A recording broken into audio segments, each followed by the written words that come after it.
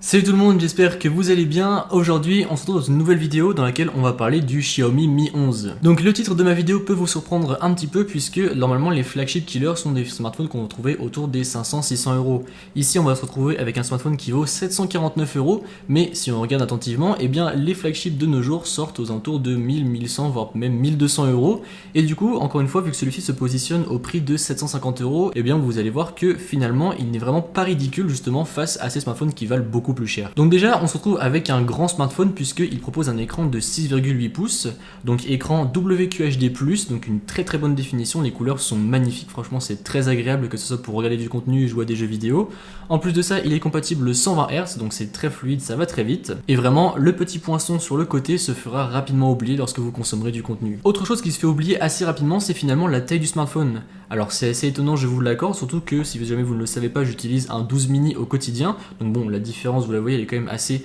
impressionnante, mais finalement ici vu que l'arrière du smartphone est légèrement incurvé, on a une très bonne prise en main et je trouve qu'il ne fait pas forcément si mastoc que ça en main. Quand je compare par exemple avec l'iPhone 12 Pro Max que je n'avais pas du tout apprécié parce que justement il était beaucoup trop gros et il faisait beaucoup trop mastoc entre les mains, là je trouve qu'on a une sensation de légèreté et du coup au final on n'a vraiment pas l'impression qu'il est si grand que ça. En plus de ça l'arrière est très bien fini, franchement j'aime beaucoup cette couleur bleue qui a des reflets un petit peu dorés en fonction de comment vous la mettez et en plus elle n'agrippera pas les traces de doigts, donc ça c'est plutôt cool. Après le dos ça reste un verre dépoli, donc si jamais vous voulez protéger votre smartphone, eh bien vous pouvez toujours opter pour les coques de protection Rhino Shield qui sont sponsors de cette vidéo. Donc ils proposent plusieurs types de coques, comme par exemple les coques qui vont protéger le contour de votre smartphone et laisser transparaître la belle couleur à l'arrière, et sinon vous avez également les coques complètes avec des designs personnalisables, vous en avez plein.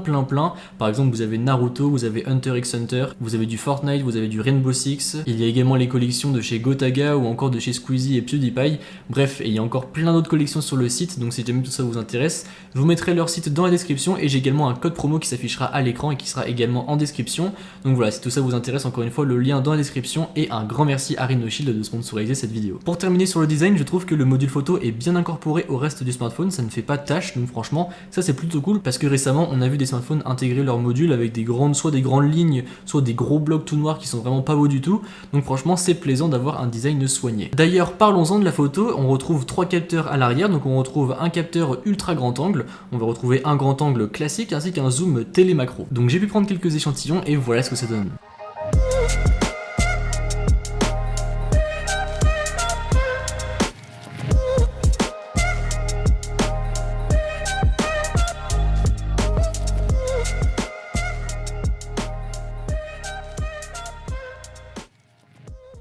Donc là vous voyez ce que ça vaut avec un plan stable, parce que je filme voilà des petits, je crois que c'est des optimistes qui font du bateau, et puis désormais on va marcher un petit peu avec volontairement le soleil en contre-jour, donc ça vous voyez un petit peu ce que ça vaut en termes de focus, et là en marchant en termes de stabilisation. Personnellement, je trouve la qualité photo vraiment très bonne et les vidéos sont très correctes également. D'ailleurs, dans ma dernière vidéo, celle où je compare le Mi 11 et le S21, beaucoup ont cru que les photos du Mi 11 étaient celles du S21 tellement elles étaient bonnes. Donc bon, je trouve que c'est plutôt un bon signe et assez flatteur pour Xiaomi. Mais vraiment, j'ai été vraiment très conquis par les photos, je trouve les couleurs bien vives et très jolies. Franchement, c'est très plaisant. Alors par contre, il y a quelque chose que j'ai remarqué dans la photo, c'est que je trouve que les photos sont assez zoomées. Et en fait, c'est normal, c'est parce que lorsque vous allez dans l'appareil photo, et si jamais vous ne touchez à rien du tout, eh bien en fait les photos vont être en définition full, donc du coup elles vont prendre vraiment tout l'écran, mais du coup c'est ce qui fera qu'on a cette impression de photos un petit peu zoomées. Donc pensez bien à mettre en 9/16 pour si jamais après vous voulez exporter vos photos sur un ordinateur par exemple, moins avoir cet effet de zoom justement. Après je dois vous avouer que je trouve ça un petit peu dommage que Xiaomi ne le précise pas forcément dans l'appareil photo, ou même au début qu'on ne laisse pas le choix à l'utilisateur, parce que je me dis pour le grand public qui va acheter ce smartphone et qui voudra par exemple exporter après ses photos sur un ordinateur, eh bien ils ne sauront pas forcément pourquoi il y a cet effet de zoom, et du coup on se retrouve avec des photos assez petites. Encore une fois je vous mets des exemples à l'écran de la comparaison avec le S21 pour que vous puissiez voir un petit peu ce que ça vaut,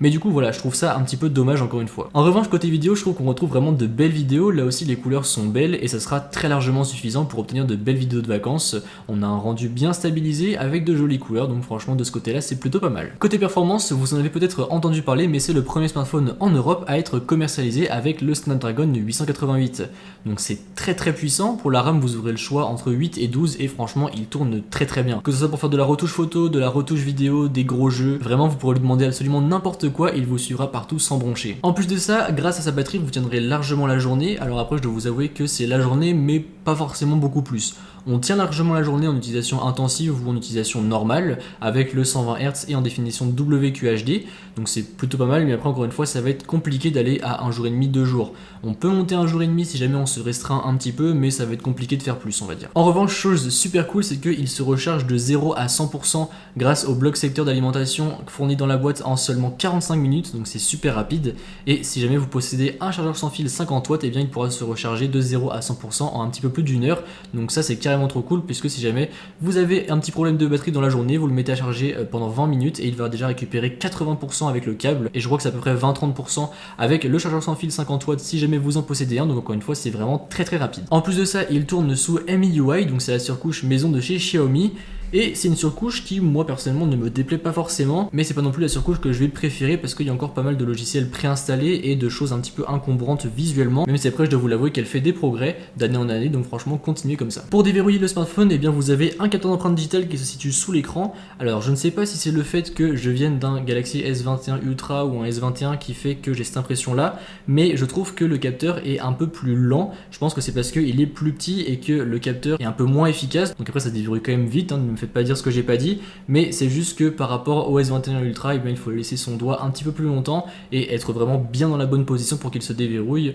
mais après une fois qu'on a pris le pli, eh bien ça se déverrouille plutôt pas mal. Dernier point sur ce smartphone avant d'attaquer la conclusion, il est disponible au prix de 749€ sur Amazon, il est bien évidemment 5G et il est équipé de haut-parleurs stéréo Harman Kardon qui mettent vraiment une sacrée patate. Franchement ils sont très puissants, et si jamais vous voulez regarder du contenu sans casque ni écouteur, ou même écouter de la musique comme ça avec les haut-parleurs stéréo, eh bien ça sera très bon, le son est puissant et même quand on monte le volume ça ne sature quasiment pas, donc vraiment c'est très plaisant. Conclusion avec ce smartphone, eh bien au final on a vraiment très peu, voire quasiment rien à lui reprocher. Il est très beau je trouve, il est puissant, l'écran est incroyable, vous ferez de très belles photos et de très bonnes vidéos, il tient la journée en termes d'autonomie et il pourra se recharger ultra rapidement. Après si on veut chipoter un petit peu, évidemment on pourrait demander un peu plus de batterie, une surcouche un petit peu plus épurée et un capteur d'empreinte un peu plus efficace, mais après on est sous Android, donc pour ce qui est de la surcouche vous pouvez toujours la modifier, et encore une fois il est disponible au prix de 749€, et honnêtement pour ce prix là je pense que vous trouverez difficilement mieux. Pour moi c'est vraiment le smartphone que vous devez acquérir si jamais vous cherchez à avoir la majorité des performances d'un haut de gamme,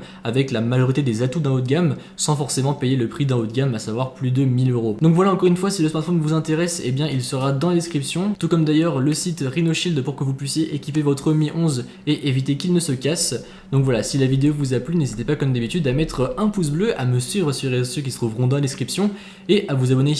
Allez, salut!